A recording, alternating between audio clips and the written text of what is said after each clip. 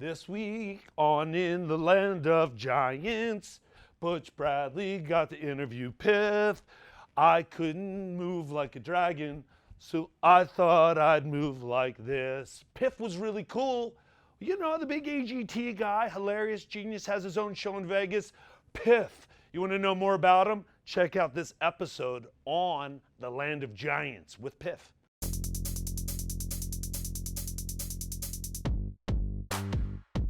Butch Bradley, here with another episode of In the Land of Giants in Las Vegas with John Vanderput, better known as Piff, right? There's so many... Nobody knows me as John Vanderput. Okay. Nobody. I do. We can cut that out. Only because specifically you said, what's your name? Right. Yeah. Normally I'm wearing a dragon outfit. Do you feel better in the dragon outfit? Yes, because for two reasons. Number one, it has 27 pockets. Does it really? It's the most comfortable thing. Imagine somebody spending, 11 years custom tailoring you the perfect onesie to your own dimensions and specifications. And, in that period of time, I spoke to, Teller of Penn and Teller. Yeah. He spent 10 years designing his own house. Okay. He just thought about it for 10 years. And then after 10 years, he's like, all right, I finished now. So everything in the house is perfect. Like, he goes to, pick up a coffee, it's like exactly where it should be. Right. He designed everything about it. That's like it is with my dragon skin. It's a perfect comparison, the house to the onesie. I love it. So that's reason number one. Second of all, nobody recognizes me outside it. Yeah. It's the perfect crime. Well, it's great that you brought that up because I know how well you're doing. And, as a comic and entertainer, I know who's killing in Vegas. I know. And you've been on, everyone's been buzzing about you for a while. And, I wanted to know that it's weird for me. My only thing is you're like an okay dude, or you love comedy, or you love what you do. And then you show up, you come into the club, and you have a good set. It was a little tough. Didn't affect you. Are you kidding me? It was... You need to come and see my show. Yeah, I know you kill. I know you kill in your room. Let me explain what I did at your comedy club. It was not my comedy club. The LA Comedy Club, Butch's my show. Comedy club that Butch personally financed. Right.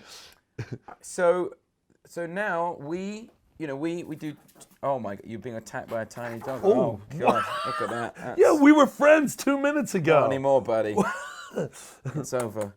I'm sorry. So we do 250 shows at least a year at the Flamingo, and then each weekend we tour, and we do another anywhere from 2 to 4 on the weekends. Yeah. So over the years we do comedy clubs, and when I would do a comedy club, they're like 5 or 6 shows in a weekend. And I can take a bit, like a 2-minute bit, and I can work it in like that. Right, in the club environment. In the club. Yeah. But now we do theaters on the road. Right. So you can't really work in material at a theater. No. Well, let me say it. I can't really work in. Right. I'm not that good. I'm not. That's not me. So there's me and my friend. We wrote a whole ton of dragon-related stand-up material. Probably 30 minutes, and I reckon there's a good 10 or 15 in there. But it's gonna need 50 shows. Yeah. I had a favorite piece. Whoever wrote the one about the catapult guy. The catapult is a good bit. Yeah, whoever wrote that, I love it. Yeah, I was obsessed with thinking about the guy rolling the ball on. It's a good bit. Right, and they're like, back up. And the other guy just pulls the first night, catapult. I went out there with just, here are 50 premises. At LA Comedy Club, right? Yeah, just and I went out and I went the first 5 or 10 premises. Dressed as a dragon, by the way. The audience had no idea what was happening. Well, the point of this material is it has to be able to go into a comedy club with no setup. Right. And just kill from that's where I'm going to get it. Yeah. So I go in. You firmly believe that is what I love. You're like, right. It's going to kill. Yeah. Right. So I don't want it to be like, oh, hey, here comes Piff the Magic Dragon. He's really funny. He's trying out material. No. I want it to be like, our next act is Piff. Yeah. And then I go on and the audience has to just deal with it. Yeah, right. And so I get it to the point when it works like that. So anyway, I go on with like 10 premises. And the first one was I something about like how women take a long time to get ready. And I said, I went out with this girl once, took her ages. Rapunzel. Right. And as soon as I said Rapunzel, I just stunk up the room immediately. Yeah. The whole room was like, nothing you ever say from this funny. point forward will be funny. So, We're right. done. We're done with this. Right. And it was like the first premise, and I was, oh God. And it was brutal, but I loved it because you know what? When I first started, I was like, oh, am I funny? Like, I don't know whether I can do this. Right. And then over the last, I don't know what it is, like 15 years or something, obviously I've had enough success to know that I'm funny. Right. Which I know. is strength. Right, you just know that it's going to get there. Now it's just a matter of time Yeah. and repetition. Right. So when I go out there and the stuff bombs, I'm like, oh, I'll just rewrite it, and in 20 shows this will be reasonable, and in 50 it'll be good. And you know enough to know to cut the Rapunzel joke. Immediately. As soon as I say it. As soon as I say it, I know I'm never going to say it again. Something about it was weird because I remember this is what I loved. First of all, I didn't know you. You came in and you hit a lot of bumps after, and Rapunzel. The first night, literally nothing worked. Right. I have it on tape. I have it as a document. I don't say anything worked. Nothing worked. Do you remember you came out and I never met you and I hugged you? I go, how was that? And you go, you said something, you're like, thank God I have my own show or something. And you walked off in your dragon suit. And I looked at you with admiration. I go, I don't even think he knows he's in a dragon suit. Like no, not anymore. You walk, and people were walking by and Yeah. glancing back like, did we just see a dude in a dragon suit? Yeah. But it's Vegas, so it could be normal. Who is it? Some people are like, oh, that's Piff. I've spent more of my life in that suit than anything else. You know what's So- great also? Yeah. Your girl is beautiful. Did you meet her in the dragon suit? Yeah. Wow. We all needed onesie dragon suit, yeah. So the first night, literally 0 jokes worked. Right. 0. So I went, took my 10 premises, and I think I scrapped 8 of them as just material that would never work. It was just to be abandoned. But then the next night, I went in with another lot of 10 premises, and I also had a nice way into it about how I normally do magic, but my first love was stand-up comedy. And I was digging around and I found my old stand-up comedy jokes. And then when they didn't work, I could be like, with this one, I had like a way to excuse the ones that didn't work. Right. But I started with the castle stuff, and then I did the catapult stuff. And you did flying over the wall, which I love. Flying over the wall. You go, I don't know why you always defend in one direction. Right. And Like when you're in a castle, you pull up the drawbridge as if somehow this protects you from dragons. Right. But there's a big open square like a yeah. KFC bucket. Yeah, right. Yeah, that hit me. I thought from that to the catapult, I went, well, these are killer bits. Yeah. Yeah. It's like we know that those premises in whenever Are going to be shiny, gonna dangerous they're gonna kill be killer. bits. Yeah. But I was with you on Rapunzel. When you said Rapunzel, No. I went, they're not into the girl with Not the into long that. hair. They're not gonna go for that. That's not one. Yeah. That's no catapult. I love watching great comics walk through the mud with that, and also because it's like, it's really probably not healthy, but we do it and we make it through, and then in a way it's healthy. And like When I started, it wasn't healthy. Now, when I came off that yeah, first well, when night, you get a theater in your own dressing group, you're like, see, I had a plan. you can relax a bit. I have insurance. Right. But when I walked off that first night, at no point was I like, oh, I can never do this again. I was like, oh, I wonder what the next 10 premises will be. Right. Right. So there's no ego in it anymore, which helps a lot. You know, Whereas at the beginning, it's like, God, I hope they laugh. when you were I hope kids, they laugh. did you picture yourself doing? You were more magic oriented, right? No. Yes. wanted no, comedy? I was. I was more magic orientated, but I was watching people like Amazing Jonathan and Penn and Teller, who were always mixing the magic with the comedy. So I was Yeah. always like wanted to mix the two. Right. But so the magic like helped get me on stage. Magic's also a crutch because if the trick works, you always have an end. Right. You can always get off stage to applause. Right. And comedy, you can't. Comedy, often you just, you do a bit, it lands great, but then if you don't leave then, Yeah. you've got to have like a good way to get off stage. Otherwise, you're just saying goodbye in the darkness. This is like a comedy class. You've hit like 3 points that because I hide some of those things that Right. we've gone through. You know what I mean? Even going to stage regularly with stand-up and knowing the net is no longer there. I don't want the net. I cut the net. I'd riff a Rapunzel bit with a smile as I was eating it like you, and I'd be like, oh my God, what am I doing? And But if you're a magician, you know that at the end of it, you're going to pull out the 4 clubs and everyone's going to go crazy for it. are you telling me I should get involved in magic? I'm saying, It's well, beautiful no, though. because the problem is that it's such a cushion Yeah, that so many magicians don't let go of it, yeah. and they don't go out and just make sure the material works without the crutch. Yeah, that's a whole new. See, to me, I see you as a pure stand-up who also can do magic. Because that thought process is a stand-up. You know what I mean? I mean, they're both beautiful. I love it. Right, I love both. Yeah, I couldn't do one. Because people have always said to me, if you had to only do one, which would you do? And clearly, I can only do both because I've tried to do one or the other and it hasn't worked. Right. So But clearly, you know what, though? In your defense, if I knew that I had 20 minutes of magic, that I could always, gosh, I mean. Well, but I like magic tricks. It's cool. I like going, what would be, I like making them because I make all my own tricks as well. So I like, trying to think of and magic's the same as comedy. You have to think of the premise. Right. So we have a bit in the show where the dog solves a Rubik's Cube. Wow. Yeah, and he does it over and over again until it's ridiculously impossible. Yeah. And I love that idea that I'm trying to claim that my dog is solving a Rubik's Cube multiple times. Right. So it's when you come up with those premises, and then it's like, well, how can I make this look like the dog? How can I get it so there is no other explanation than the dog must somehow be solving the Rubik's Cube? Right.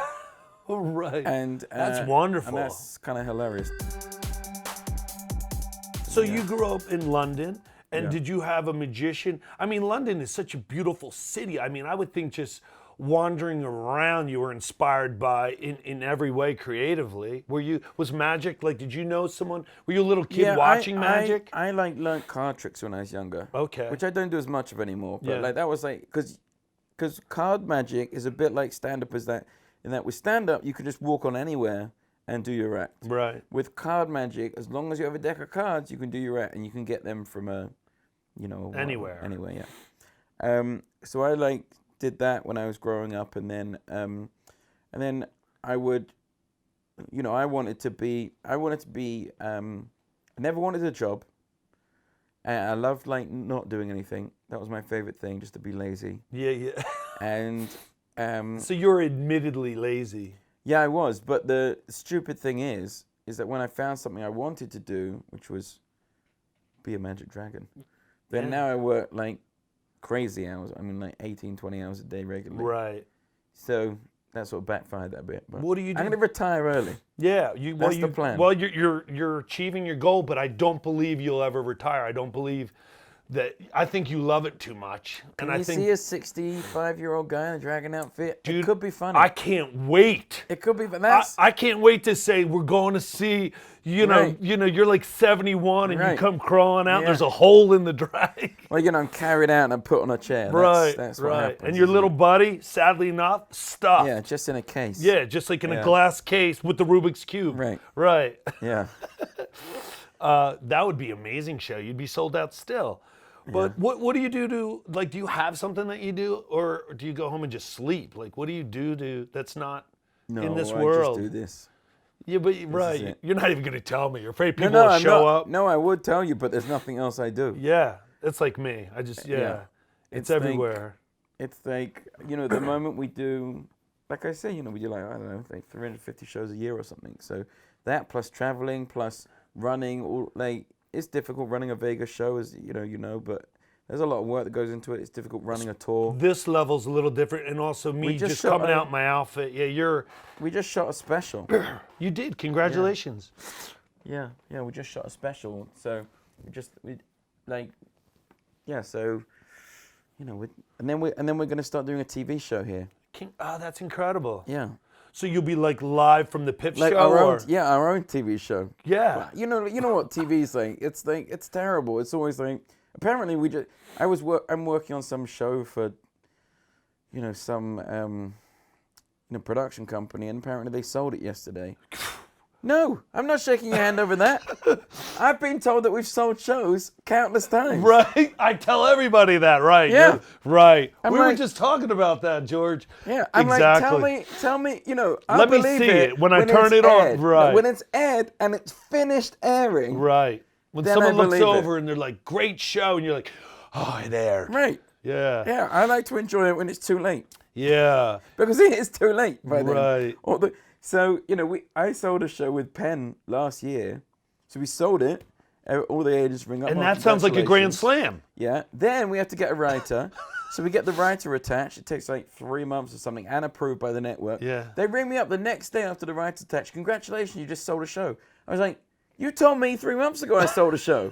No, but now you sold it. Because you got the writers. I'm like, well, what's next? And well, now you got to get the contracts done. Yeah. So we haven't sold a show, have we? And they're like, no. The real magicians are the networks. And then this is what happened. They were doing the contracts. They ran out of time before they went on holiday. They rolled it, and now they're like, oh, well, that show that's not going to happen. Once Christmas and New Year. Yeah. Yeah, they're like, it's 2019. You have something new. You're like, we just sold the show. What do you about mean? the show that we sold? Yeah. Are you crazy? They're all crazy. They are crazy. So we're doing our show. That's the way to do it. You know, that's God, you and Penn, that's craziness. And that's Vegas. But Penn's in the special, yeah. Penn's my dad, Pop the Magic Dragon. Tell me he's in a dragon outfit. Of course he is. Holy Lord. Oh my, I can't even believe how beautiful this His is. dragon outfit's in that cupboard. That's great. Yeah. It's in that cupboard. It's in that cupboard. That's great. You're 3 feet from greatness. That's great. Yeah, that's good stuff. He's Vegas royalty.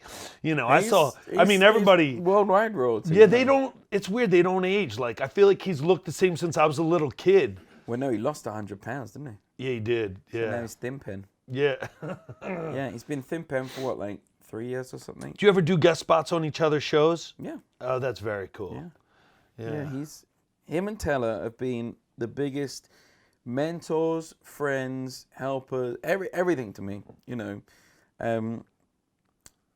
Since I did a show in 2011 called Penn and Teller Fool Us, and that was like my first big break on TV, and that was where I met them, and they've been integral to everything I've done since. Yeah, that's beautiful. You know, I always thought that's like when I first started stand-up, I hoped for that. And Right. for people listening, you don't realize that that's rare and wonderful when it happens, especially with that level. I always thought I was going to walk into a comedy club and, you know, George Carlin and, you know, Right. Richard Pryor and Belushi were going to hug me and go, "You're welcome to comedy," you know, and we're, you know, and I think then the truth is that though everyone's busy. everyone's busy. You know, we just had to get we had to get Penn for a day of shooting recently, and I think it took four or 5 months before he had an evening free. Wow, that's incredible. You know. He also has a podcast that's crushing it too. Yeah, we do that. Yeah, I do that. I'm actually doing it this Sunday as well, and I think it was on a couple of weeks ago. Very His cool. podcast great. He's Yeah. really fun. Him and I are like really good friends. Yeah. That's been one of the gifts of being in Vegas is you know, obviously like it's amazing that they've been mentors to me, and you know, like Taylor has like worked on my act, and just crazy, you know, Taylor is like a genius of magic. Not like he's not really good. He's not like one of the greats. He's a genius. Yeah. He thinks in ways that nobody else does in magic, and it's just incredible to witness. So anyway, when he's worked on my act, which is just unbelievable. But you know, Penn and I have become like actual friends. That's really cool. So that's it's been great. And that's a beautiful thing to be like a kid growing up with a dream, and then you know someone you know out there at that level ends up being your friends. Right, Yeah, right. it's really a cool Yeah. thing. You're so down to earth, which I love, which was one of the things I knew immediately when I met you. You know, after years of Hollywood, so many wonderful people that I met. And Well, I'm English as well, so that helps. so you're better than we are, right? No? No, worse. Way worse. Why? Because you're tough on yourself? I wouldn't be here if I thought you guys were worse than us. Right. Okay. I left England for a reason. Right. So you got to answer. First of all, they slay dragons. I mean, their patron saint is St. George. Right. Every April 21st, they reenact the slaying of the dragon, and it's horrific. Right. It's like a war crime. Yeah. It's tough. But they're also, it's a very small country. Yeah. So like, yeah, you know, I did like a 30-day tour in the UK in 2013, I think, or 12. And that would be like doing a 30-day tour of not even Nevada. I don't even know what, like Rhode Island. Right. You know, it's like Did they love tiny you? Was place. it great? Were they proud of you? No. Or were you heckled? No. Heckled a lot? You know, what did Jesus say? A prophet is never accepted in his own country. Right. I started comedy in New Jersey. Well, I'm from New Jersey, where everybody was funny. What part of New Jersey? I'm from Atlantic City. Oh, yeah. So we play Borgata there. Oh, Is that cool. how you say it? Yeah, Brigada. Yeah, I want to say Borgata. Yeah, it's prettier when you say it. It's probably supposed to be wrong. what you're saying. No, it's not. I've checked. But I'm from I've New been Jersey. told by the hotel many times Yeah. that I say it wrong. It's Borgata. Borgata. It's Borgata, Piff. Yeah, my hometown is filled with funny. I just did the Hard Rock, and I was heckled. Howie's Club, right? Hard Rock Hotel. But isn't that Howie Mandel's club now? Yeah, oh yeah, it is. Yeah, Howie yeah. Mandel. Yeah, it is. And I was heckled like, I don't know, 25 times. Now, I can do that. Oh, I know what you. So They I yell don't out mind to being me. heckled, because that actually happens a lot with me. Because people, you mean heckled like? Like, oh, that's a great dragon outfit. Well, there are two kinds of heckles, aren't There's there? mean and there's fun. There's mean. We and love there's, you, Piff. Right, and you're there's like, mean, "Shut and there's people want to join in. Yeah. So, for example, when I was in the UK and I was coming up, there was a clout. I didn't even get to the microphone before a guy shouted out, "Get on with it, you green twat." And I was like, wow. That's just angry. That's just like, they don't want to see it. Right. And then there's like the heckles, like, yeah, we love your, you know, like they try and like join in with their jokes. Yeah. So was it mean or was it joining in heckles? They love me. They're hammered. They were all really cool. And then, I mean, it was packed. 11. So they're joining in heckles. They're joining in, but people are yelling things like, By the way, no heckles are good. no heckles are good, right? Because- Yeah.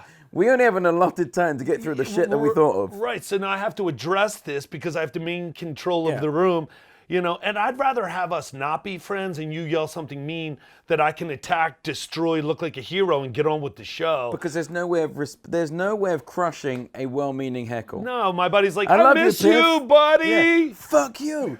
Yeah. Tina said hi. I hope you die young. Yeah, Tina was asking, are you going to see your mom this week? I'm like, I hope your family died in a car crash. Wow, Piff, they were just trying to be supportive. Yeah. And regularly these people come up to me at least, and they say you're welcome. Oh my. Yeah, you're welcome. Right, they think they helped us. You're welcome, That's buddy. insanity. There was a show I did. It was only 3 or 4 weeks ago, and there was a guy. I borrowed $20 from a guy right. for a magic trick, Yeah. and that money is one of the last callbacks of the show. Okay. So as soon as I borrowed it from him and he signed it and I did the magic trick, his girlfriend started heckling. And I knew that she was drunk and she had no idea of how disruptive she was. And the whole crowd hated her. And at You the need time, them to stay because you're the 20s, the at the callback. time, I was like, oh, well, I can't get rid of them because I needed the callback. Now, if I'd have been sensible, I would have just worked out a way around it. But I didn't. And I carried it on. And it got to the end of the show.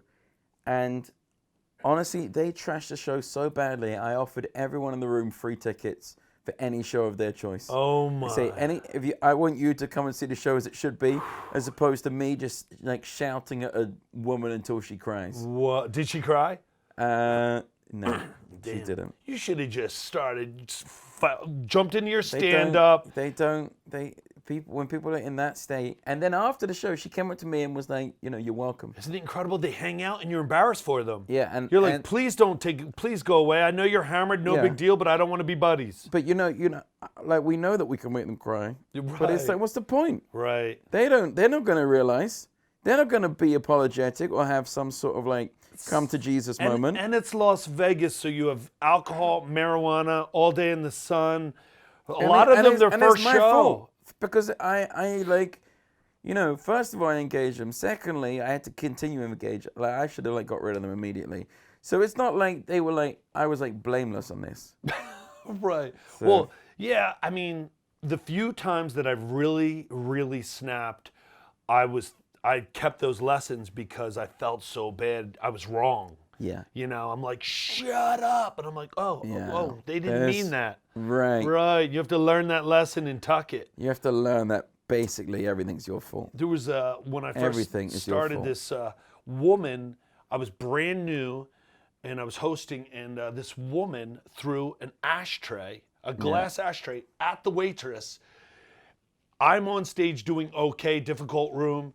The ashtray misses every single human. I don't know how, bounces and disappears into the darkness. I go off on the woman after everybody thought I was cute and funny and sweet, and now I'm the devil. I get off stage, I was hosting, I brought someone on, and the owner comes in laughing. I thought I was fired. He grabbed me and goes, I'm the only other person in the room that saw the ashtray. He said I had her thrown out. It was like one of those, but I attacked and the whole room was like, it made no sense, So anyway. Yeah, that stuff can go either way, and it's just like. So what's your goal? You're gonna do the long term out? No, I did it. You did it. You're ready to retire. Do you have a cave? Is that where you're going? So I came up. There was a show called Le Soirée or Le Clique, right? Yeah. The show? No. Okay, so it was a show that was in the Edinburgh Festival. Okay. And I saw it when I was like 24, I think. And I was like, oh my God, I would love to be one of the acts in that show. And they were like 7 to 10 minute acts. Yeah. So then when I came up with this idea of the dragon thing, and I did it for a bit, after a couple of years, about 3 years, I managed to get in that show and do it a couple of nights. Right. And I really came off, I went in, I did it, and it went well, and I came off stage, and the guy ran it was, oh, that was good. And I was like, well, really, I'm done. I'm happy. But I've always woken up with new ideas for my act. So I'm like, oh, that would be pretty funny. Well, let's work on that and do that. And then I go, oh, well, I could probably you know what, I've got enough for an hour. So then I would do an hour show. Then I've got enough for a new hour. So I've always just done the next thing in front of me that I've had the idea for. So if ever those ideas run dry, then I'll stop. But if there's a new idea in front of me, I'll do it. And, there's that. I found I thought this was going to be a 5-minute bit, but it turns out there's this whole world that you can just keep burying into. Because there's You thought this was going to be a oh, yeah, 5-minute really bit? Did. Yeah, I really did. Oh my. And then turns out you got medieval stand-up. You got 20 minutes of just medieval Right. stand-up. Right. Did you play World of Warcraft as a kid? Or now? Yeah, Or no. now? That's Or- a whole new topic I haven't even got into. Yeah, right. Yeah. Yeah. So the idea was just to kind of keep going until we run out of stuff. But yeah. But it's funny, when you go, oh, hang on a minute, if I do stand up about the court, then you could just work through, the court from the king all the way down, the advisor, the damsels, the peasants, Right. the knights, the jesters. Where the are whole you thing. now on that list? I've got it written. I just don't have time to come and do it. But I'm going to come and do it. You got to do religion too, right? Right? Isn't that next? Isn't that right? Right? No, because now it's toxic. All of that stuff is toxic. I've never done really. You're a dragon. You're free. No. No? I would love to be, but I've never really done political comedy, obviously. Yeah. But I used to have lines in my show. I used to have this joke about, it wasn't even a good joke, but it was misdirection. Misdirection is when I make you look at something that appears to be important while I distract your attention away from all the important stuff. It's like what Fox News does with life, right? Which is super, super mild. And now that stuff is so toxic. I had another, recently I used to have this joke about the dog is so smart, he has an IQ that can only be described as presidential. That's beautiful. Now that is a joke that can go both ways. That's Is that killing right now? It's got to I be had to killing. take it out. What? I had to take it out because it would just split the room. And you're Oh, guys. because it became political immediately. But it's not. It's now we're in such a toxic environment that you can't even do.